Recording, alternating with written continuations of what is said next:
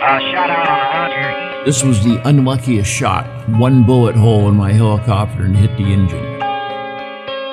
That put us down in the jungle. Hi, I'm Ted Dawson, and I'm not a native of Stockton, but I grew up in Stockton, California. Did what most kids did back in the late 50s. I played baseball and basketball and the swimming team, and my main interest was anything that flew caught my interest. Me and my dad flew model planes, and Mom and Dad both worked.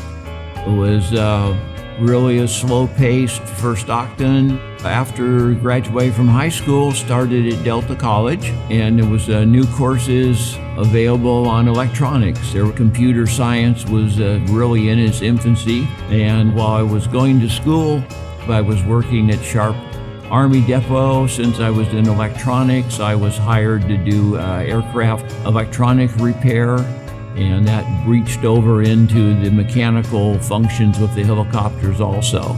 And I got a letter for greetings from the President of the United States asking me to show up for induction in the Army. The draft was now in full force, getting people ready to go to Vietnam. The Draft Lottery, a live report on tonight's picking of the birth dates for the draft.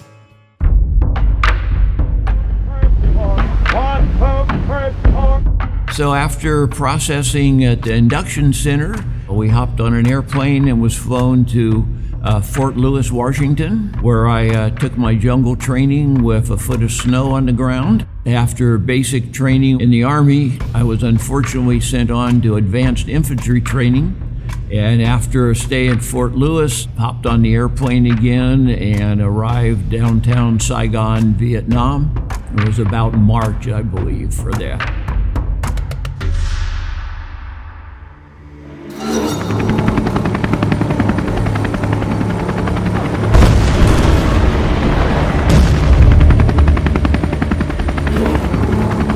There are now more than 500,000 American troops in Vietnam, and 35,000 Americans have lost their lives. We can have honest debate about whether we should have entered the war in Vietnam. But the urgent question today is what to do now that we are there. We were at Tan Son Nhut Air Force Base, where we arrived in Vietnam. Unfortunately, when we were unloading the plane we came in, they were in the middle of a rocket attack. So that was our first real incident of, you're really at the war, Ted.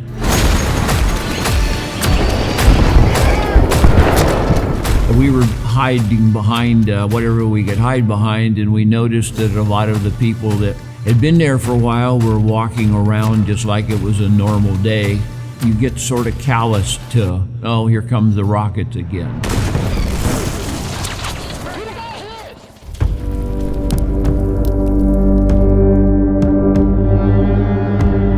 That was our first look at what we were headed into in Vietnam.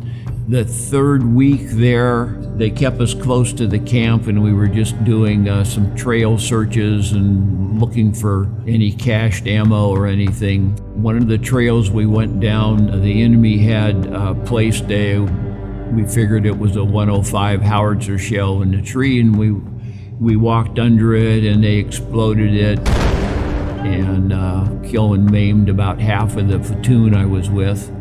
That was really the wake-up call. This is things that we all knew we were going to war. We all knew that people were going to get shot and they were going to be killed. But this was a first violent realization of what happens to people in combat.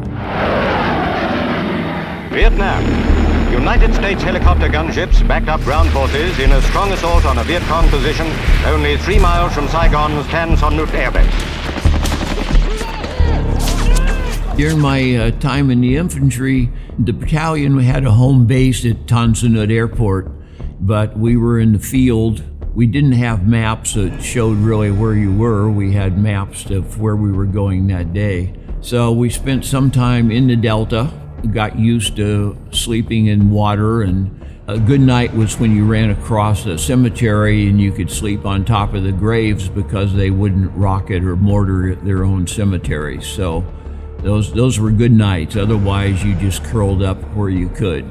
That was right after the Tet Offensive, and a lot of activity was still around the Saigon area, but as that cleared up, we moved north into more of the single and double canopy jungles. In the daytime, it was like it was night in the jungle, and we weren't at a base. We would pitch camp and put up a perimeter. We couldn't dig foxholes because they'd fill up with water, so you slept on some hard ground somewhere.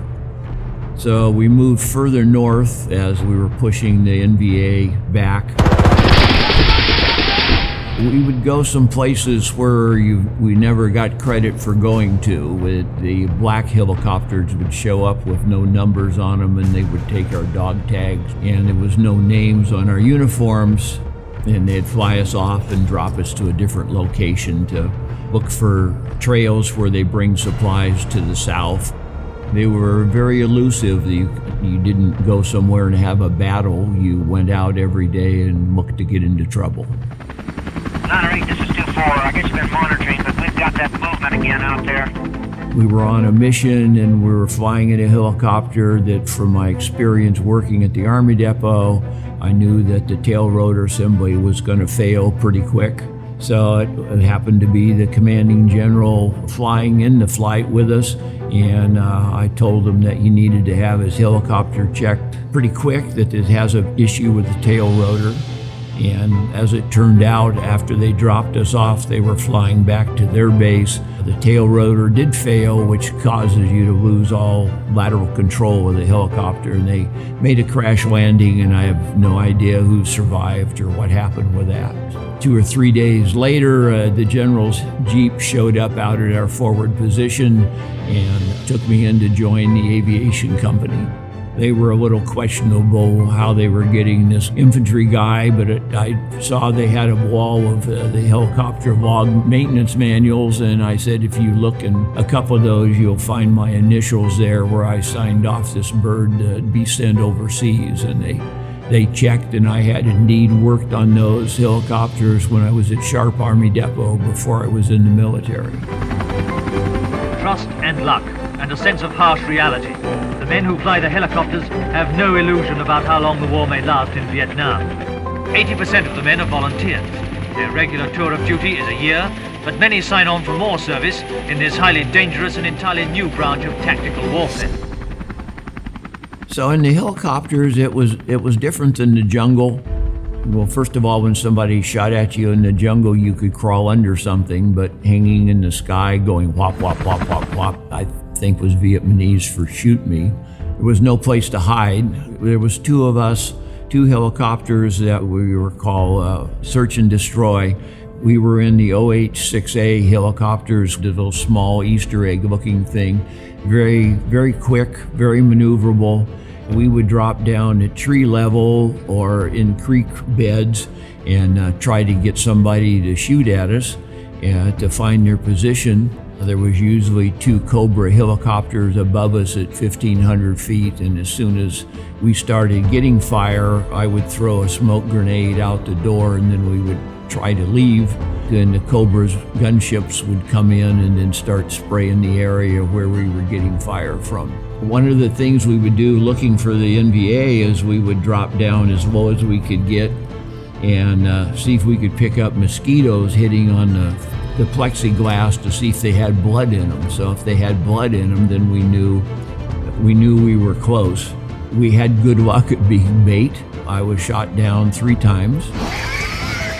Once crash landed in the Delta, which was pretty insignificant, and then twice we went into the jungle, and you hit the trees and you're still 150 feet off the ground, and then from there you just fall back to the ground. There were friendlies there. Once I had to be cut out of the helicopter. It was rolled into a little ball and we couldn't get out. The helicopter skins are very thin aluminum, so with their bayonets they were able to cut through the skins and we could get out. Okay, 3-1, we got one. See him down there? Right here. Right there he is. 2 o'clock. Shoot him, man. There's quite a few of them all over this area. One of the things that I feel the best about is in my experiences in the jungle, in the infantry, and in the aviation gunships, I didn't leave anybody behind. The people that went down in the helicopters, we went down and got. People in the infantry, we got them into rescue helicopters to take them out, or I brought them home in body bags. So the family got closure with them anyway.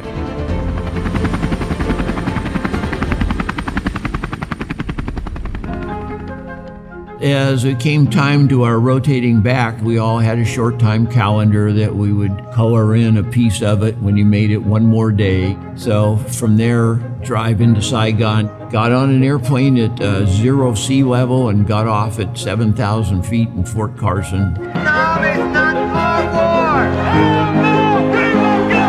Hell no, we won't go! Hell no, we won't go! Hell no, we won't go! We didn't have TV or really other than military radio, so we didn't really know what was going on in the 60s back here. So it was a pretty good shock to us when we were not only not welcomed, but we were also spit on and cursed at. The Army had a program called Early Out. They were trying to find places to send all their returning veterans. We were interviewed and invited to attend some classes with IBM and was hired. So the education that was interrupted when I was drafted came through with giving me an opportunity to not have to worry about a job when I got out. It's a big transition. All of a sudden, you're on your own to make your decisions. There wasn't a lot of help, but had a wife to help me through it, and a family was still there.